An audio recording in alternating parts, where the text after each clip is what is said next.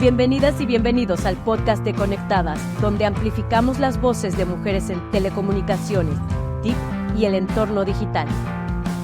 Únete a nosotras y exploremos nuestro decálogo para una transformación digital con perspectiva de género, mientras profundizamos en conversaciones cruciales sobre igualdad de género, inclusión digital y liderazgo en tecnología, de la mano de diferentes expertas y profesionales que comparten sus conocimientos, experiencias y visiones para un futuro digital más inclusivo y equitativo.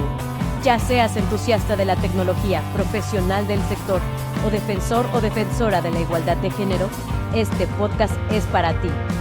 Síguenos para escuchar historias inspiradoras, discusiones valiosas y ser parte de una comunidad que se esfuerza por marcar la diferencia. Conectadas por una transformación digital. Bienvenidas y bienvenidos a Conectadas, el podcast que aborda la transformación digital de México con perspectiva de género, es decir, desde la visión, la experiencia y las realidades de las mujeres. En cada episodio ahondamos en uno de los 10 ejes que consideramos fundamentales para avanzar hacia una sociedad digital igualitaria para mujeres y hombres en nuestro país. Y en este episodio vamos a explorar cómo la inteligencia artificial puede ser desarrollada y aplicada con perspectiva de género, asegurando que beneficie a las mujeres y a las niñas. Analizaremos tanto los desafíos como las oportunidades que esta tecnología nos presenta. Y para conversar sobre este tema están nuestra conectada, Ale Lagunes, senadora de la República y fundadora de la Alianza Nacional por la Inteligencia Artificial, la ANIA, y nuestra invitada, Paola Ricaurte, investigadora titular del TEC de Monterrey, Campus Ciudad de México y experta en inteligencia artificial. Yo soy Elena Estavillo, fundadora, expresidenta y consejera de Conectadas y especialista en inteligencia artificial, género y telecomunicaciones. Para iniciar, escucharemos en voz de Paola Ricaurte una breve cápsula introductoria del tema. En la era digital, la inteligencia artificial está transformando nuestro mundo, desde la automatización de tareas hasta la toma de decisiones en salud, justicia y economía. Sin embargo, esta transformación no es neutral. Los sesgos de género en los datos y algoritmos pueden perpetuar la discriminación. La falta de transparencia y de perspectiva de género en el desarrollo y aplicación de la inteligencia artificial puede generar consecuencias negativas para la sociedad, especialmente para las mujeres y niñas. Es crucial incorporar una perspectiva de género en todas las etapas del ciclo de vida de la inteligencia artificial, desde la recopilación de datos hasta el diseño de algoritmos y la evaluación de su impacto. Así, podremos asegurar que la inteligencia artificial promueva la equidad y no amplíe las brechas de género. Muchas gracias, Paola, por esta introducción que ya nos pone en perspectiva de nuestra plática de hoy. Pues bueno, vamos al tema que nos trae hoy. Desde Conectadas consideramos que es indispensable impulsar una estrategia nacional en materia de inteligencia artificial en la que las mujeres seamos tomadas en cuenta, que seamos actoras protagonistas desde el diseño y la fijación de sus alcances. Una inteligencia artificial que promueva la igualdad, que cierre las brechas de conocimiento y la posibilidad al acceso a mejores condiciones en materia de salud, de educación, de bienestar, de oportunidades económicas para nosotras, para todos y para las generaciones por venir. Los impactos económicos en derechos humanos podrían ser enormes y sin duda lo serán, pero debemos asegurarnos que sean positivos. ¿Cuáles son los principales desafíos y los riesgos asociados con los sesgos de género en la inteligencia artificial? ¿Y cómo pueden estos sesgos impactar negativamente en diferentes áreas de la sociedad? ¿Nos podrían mencionar algún ejemplo? Ale. Pues a mí me gustaría empezar por decir que los sistemas de inteligencia artificial son un reflejo de la sociedad, son un reflejo de lo que somos. No olvidemos que la inteligencia artificial se alimenta de datos. De esos datos que hemos estado nosotros, 5,000 millones de personas alrededor del mundo, alimentando estos sistemas desde hace décadas. Entonces, me parece importante decir que este alimento de la inteligencia artificial, estos datos, ya traen per se temas de sesgos. Entonces, de origen, esta tecnología ya trae sesgos de discriminación, sesgos de género. Hay un estudio que hizo la Universidad de Stanford donde analizó 133 sistemas de inteligencia artificial y casi el 50% ya tienen sesgos de género. Entonces, la pregunta es, si la inteligencia artificial se alimenta de datos y estos datos que hemos ido alimentando durante décadas ya tienen sesgos, entonces hay que revisar esos datos, ¿no? Por un lado. Y por otro lado, no solamente es un tema de base de datos, me parece que también hay un tema de representatividad. Los equipos de desarrollo, quienes están desarrollando la inteligencia artificial, 85% son hombres y blancos, ¿no? De países sajones. Entonces, tenemos, creo que, dos grandes retos, Paula, Elena. Uno es las bases de datos que existen, que están alimentando esta tecnología, y por otro lado, la representatividad de mujeres en los equipos de desarrollo de inteligencia artificial. Entonces, me parece que por ahí son dos grandes desafíos que tenemos que observar, debatir y ver cómo se solucionan. Totalmente de acuerdo. Paula.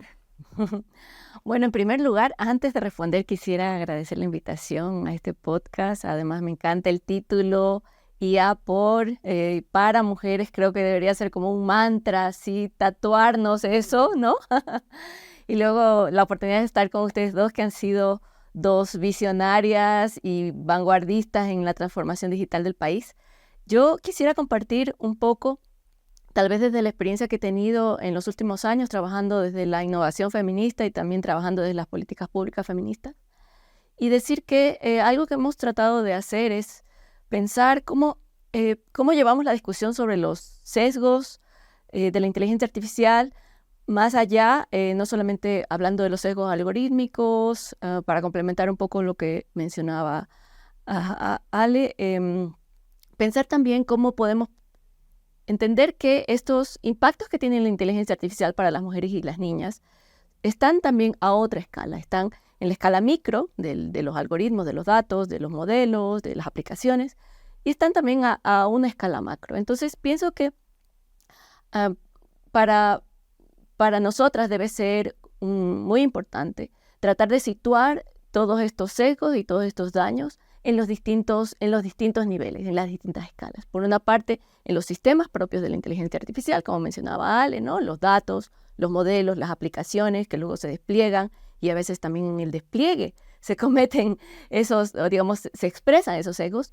Y por otra parte, en esos daños a nivel macro social que se está reproduciendo en términos de distintas violencias para las mujeres que tienen que ver con, por ejemplo, el tema laboral, ¿no? Muchas mujeres son etiquetadoras de datos, muchas mujeres en América Latina son etiquetadoras de datos, que son los que luego sirven para entrenar los modelos y trabajan en condiciones precarias.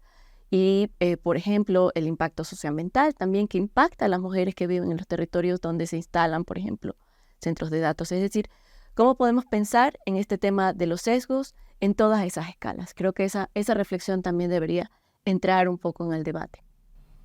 Claro que sí. Yo quisiera agregar también cómo a veces la reacción puede ser un poco de miedo.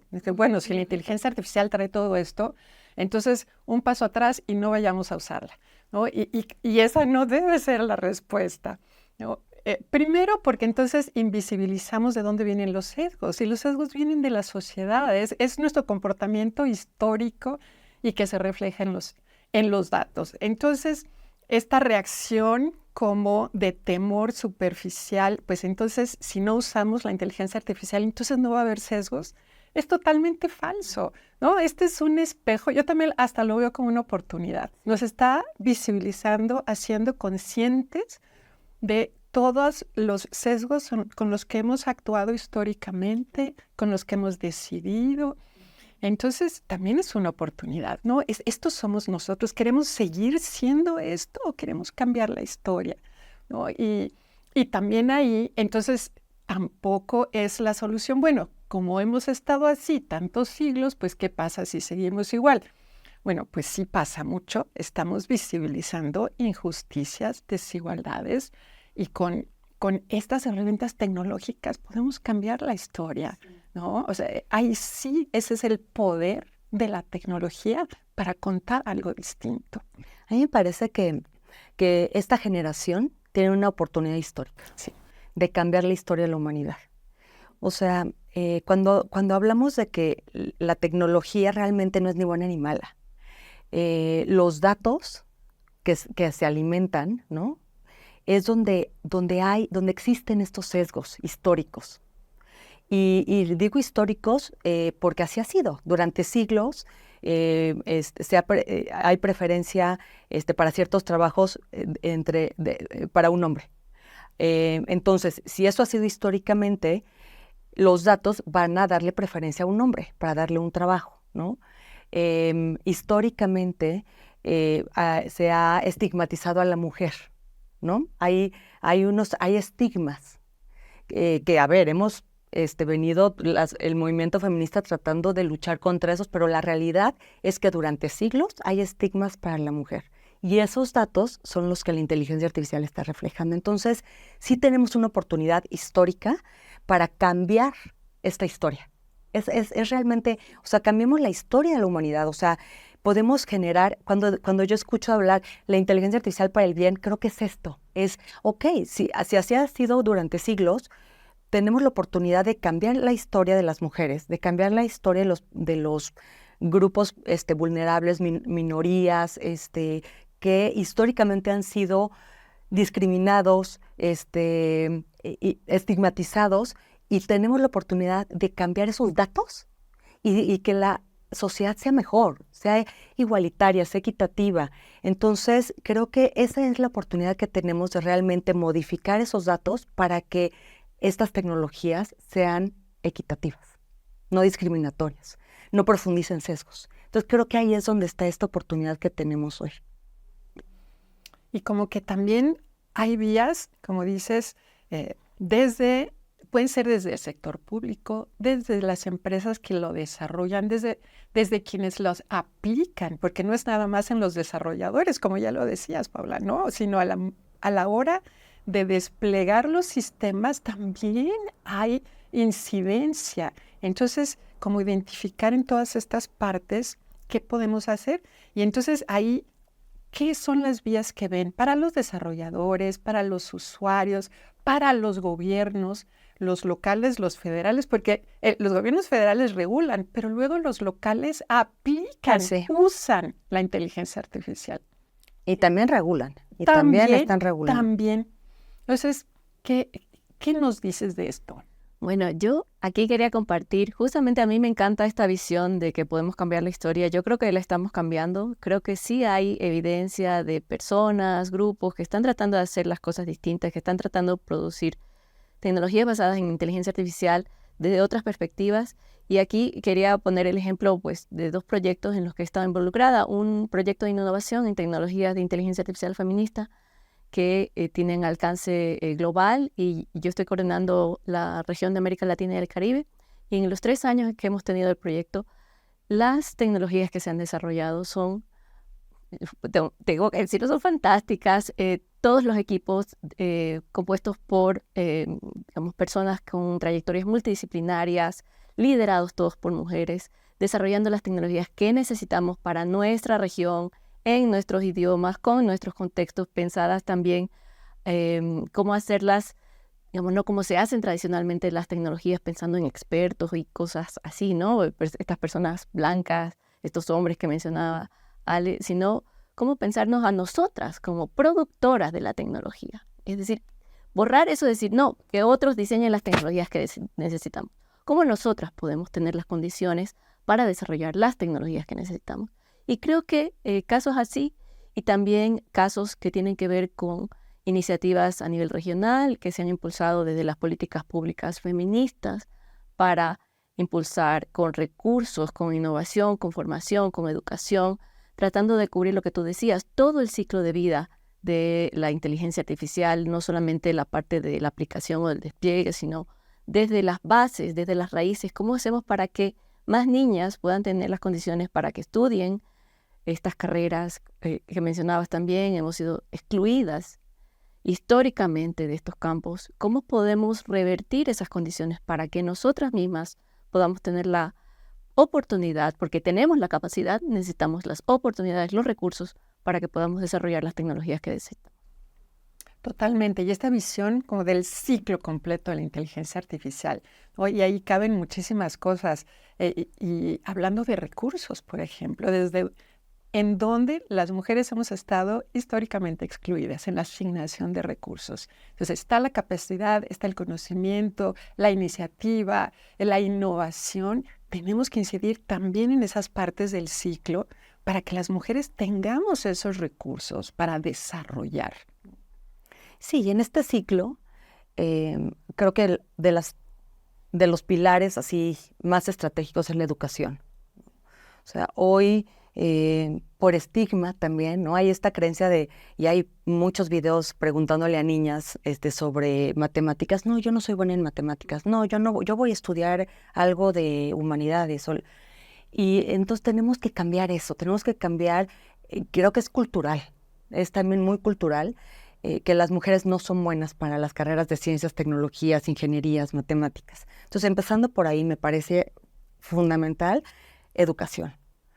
¿Por qué? Porque si las mujeres estudian carreras STEM, de ciencias y tecnología y matemáticas, van a poder trabajar en estos equipos de desarrollo, vamos a poder ser representadas, ¿no? Cuando una mujer está en un equipo que está desarrollando, hay una visión natural donde puedes ingerir, ¿no? Puedes realmente estar participando con una visión del mundo muy diferente al hombre, ¿no? Y se necesita, eso es necesario, que el 50% de los equipos sean de mujeres y el 50% de hombres, y así, y equipos diversos, equipos multidisciplinarios. Entonces, eso es lo que decimos de representatividad, o sea, que las mujeres estudien, tengan las capacidades, estén en los equipos de desarrollo y después en el otro ciclo de la inteligencia artificial, bueno, que haya transparencia, ¿no? De qué algoritmos y cómo se están tomando las decisiones.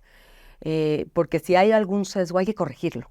O sea, creo que ahí es lo que tenemos que también estar, y ahí entra la autorregulación de las empresas que están desarrollando, bueno, esta transparencia de cómo están tomando las decisiones y si hay algún sesgo, que se regresen y se corrijan esas bases de datos para que no haya sesgos.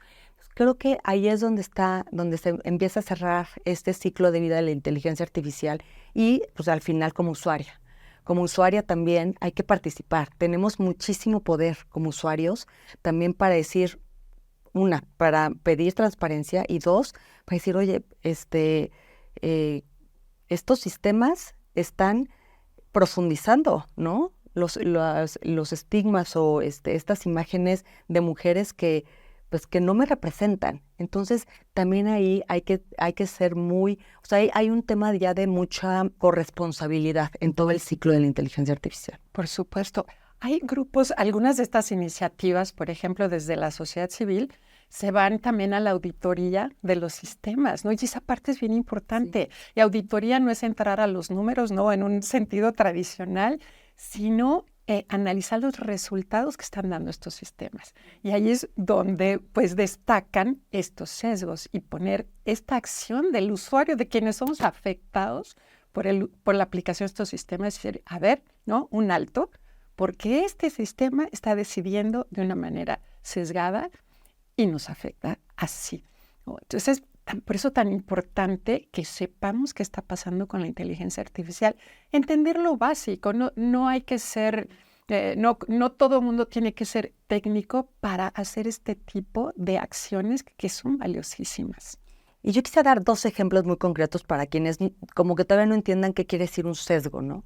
La UNESCO hizo un estudio muy interesante que está en YouTube, que se llama Revolución contra el algoritmo, en el que se le pregunta a buscadores, ¿no? En Internet, se pregunta imágenes de mujer exitosa. Y las imágenes que se muestran son mujeres blancas, altas, ojos claros, claramente del norte global. con una taza de café Starbucks, con un traje en una ciudad, ¿no? Y así le fue preguntando cosas, cómo es una mujer bonita, y todo es muy parecido. Entonces, eso es un sesgo. Eso es claramente, es un sesgo. ¿Por qué? O sea, cuando volteas a México, ¿no? O sea, no nos representan, no estamos representadas en esos resultados. Eso es un claro ejemplo. Y el otro, estos sistemas, por ejemplo, de empleo, ¿no? Que están utilizando muchísimas empresas que reciben los currículums y la inteligencia artificial los analiza y toma la decisión a quién darle un trabajo. Y se ha visto, se probó que se está preferenciando a hombres que a mujeres. Entonces, claramente ahí también hay un sesgo. Y hay que regresarnos para hacer esas correcciones en estos sistemas, porque ahí es donde estamos hablando del daño tan grande y o sea, se pueden profundizar brechas que hemos ido cerrando en los últimos años, pero estas brechas se pueden profundizar no solamente entre hombres y mujeres, sino entre países, entre razas. Y ahí es donde son ejemplos como muy claros de qué es un sesgo. Y sí que bueno que entramos a esto y bueno, ya tenemos que ir, ¿no?, acercándonos a cerrar y con el tema de los sesgos que son humanos, ¿no? No los vamos a desaparecer, sino que los tenemos que hacer conscientes, los tenemos que medir y reflejar y además entender que son ideas, son prejuicios, son estereotipos que no tienen base en la realidad. Ese es el punto, ¿no? Porque todos debemos tener preferencias y gustos, pero esos no son sesgos, sino son ideas preconcebidas que no están respaldadas. Por ejemplo, si preferimos a hombres ingenieros, eso no está respaldado en que sean mejores en su trabajo, en que estén más preparados. No es eso. No. Cuando no hay una explicación en lo fáctico, entonces es un sesgo. Y bueno, vamos a cerrar y me gustaría entonces que tomen 2 minutos para dar unas conclusiones, unas últimas, no sé, comentarios sobre lo que hemos dicho. Sí, bueno, difícil en 2 minutos, pero quisiera retomar lo que acaban de mencionar porque me parece súper importante. Hay una matemática de Estados Unidos que se llama Cathy O'Neil que dice que los algoritmos son opiniones incrustadas en el código. Y eso creo que es muy palpable cuando como usuarias, por ejemplo, nos damos cuenta de estos sesgos que aparecen en nuestra interacción con estas tecnologías basadas en inteligencia artificial en todas las tecnologías que utilizamos. Y creo que pensar en cómo involucrarnos como sociedad en todos esos momentos, en todas esas fases del ciclo de vida es importante. Y pensar que, como también mencionabas, Elena, no porque no tengamos un conocimiento técnico estamos fuera de la discusión. Estamos dentro de la discusión porque estos sistemas se están desplegando en el mundo por las empresas, por los gobiernos. Y esa es otra parte que a lo mejor no tocamos, pero cuando estos sesgos se utilizan para tomar decisiones sobre quién va a tener derecho a recibir una ayuda social, entonces estamos hablando de otra escala a nivel social. O cuando estos sesgos se utilizan para manipular la información que puede impactar una elección, por ejemplo. Entonces estamos hablando de sesgos que tienen una dimensión societal. Entonces creo que pensar en cómo democratizar también este monitoreo de los sesgos que tú mencionabas, una de las herramientas que desarrollamos en el proyecto tiene que ver con personas que puedan utilizar un sistema para identificar esos distintos sesgos que hay y así también democratizar la auditoría de los sistemas. Porque eso también pensamos, no solamente los expertos pueden.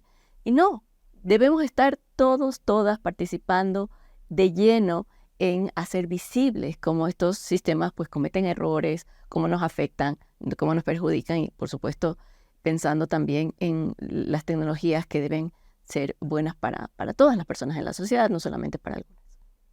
Muy bien. Ale. Pues yo quisiera cerrar a mí hay una preocupación constante sobre esta hiperconectividad que hay, sobre todo ya de niños y jóvenes, con los sesgos que existen actualmente y el daño que está generando en temas de salud mental, ¿no? Hay libros ya muy buenos, estudios buenísimos sobre cómo los sesgos están afectando especialmente a las niñas desde muy chiquitas, que creen que la belleza es esta, que la perfección, o sea, para yo pertenecer tengo que ser así, tengo que hacer esto, Entonces, esta cantidad de información en cerebros que aún se están desarrollando está generando niveles de ansiedad terribles en nuestras niñas y adolescentes. Entonces, si bien hay lo que dijimos, ¿no? Puede haber daños en diferentes capas y a diferentes escalas. A mí, una de las mayores motivaciones que tengo es cómo protegemos a nuestra niñez, ¿no? Y sobre todo a quienes hoy se están viendo tan afectadas, que son las niñas, frente a estereotipos de belleza, del bien, del mal, que están en las redes sociales, ¿no? Y que están alimentando sus cerebros, o sea, su autoestima. Hay estudios muy interesantes de las redes sociales incluso, que están midiendo el daño incluso de estas niñas que han manifestado su intención hasta de suicidio, ¿no? Por no cumplir con estos estándares. Entonces, regresando al tema de autorregulación, de regulación y de corresponsabilidad, en este tema yo estoy trabajando mucho con las empresas desarrolladoras, pero también en las escuelas y con las familias para tratar de manera muy práctica estar atendiendo este tema, que me parece que es uno de los daños que todavía no alcanzamos a visibilizar porque están creciendo, pero son daños que están cambiando el tema de salud mental en nuestras niñas desde muy jóvenes. Entonces, creo que ahí, para mí, uno de los temas más importantes es que necesitamos borrar estos sesgos que hay, estos estereotipos que hay en la inteligencia artificial, para que los niños puedan crecer de una manera muy sana, ¿no? O sea, con una conexión a su cuerpo, a una aceptación, un tema de autoestima, que bueno, ahí es donde estoy trabajando mucho. Y creo que aquí los papás también tienen una responsabilidad muy grande, ¿no? Desde a qué edad las niñas deberían de estar, bueno, los niños y niños no deberían de estar participando ya de manera activa en las redes, hablar mucho, estar muy de cerca, pero bueno, esta creo que es otro gran tema, pero para mí sí es uno de los grandes temas sobre el tema de sesgos en inteligencia artificial. Por supuesto. Yo quisiera también comentar, como en su momento, y no hace mucho tiempo, ¿no? La revolución del Internet también nos hizo ver que el acceso a Internet es un habilitador de derechos humanos, y por eso la importancia de la inclusión digital, del acceso de todas las personas, de las capacidades, de la alfabetización. Y ahora, muy poquitos años después, ya tenemos otra revolución encima, que es la de la inteligencia artificial, que está cambiando todo en nuestras vidas, ¿no? A lo mejor no se alcanza a dimensionar eso, y de una manera muy rápida. Y ahora la inteligencia artificial es esta puerta de acceso a derechos, ¿no? Derechos de las mujeres, derechos humanos, y tenemos que diseñarla, tenemos que usarla de una manera deliberada para que todos tengamos el mismo acceso, la misma protección a nuestros derechos.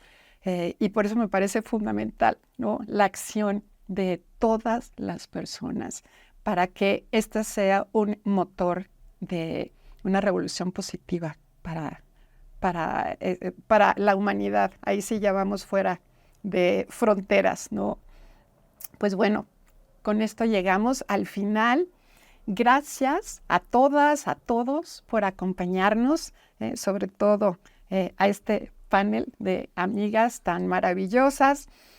Les invitamos a escucharnos en nuestros próximos episodios de Conectadas. Hablaremos de cada uno de nuestros 10 ejes del Decálogo por una transformación digital con perspectiva de género. Los invitamos también a seguirnos en nuestras redes sociales, visitar nuestra página www.conectadas.org, y hasta la próxima. Gracias por acompañarnos. Te esperamos en nuestro próximo episodio. Mujeres por más mujeres, conectadas por una transformación digital.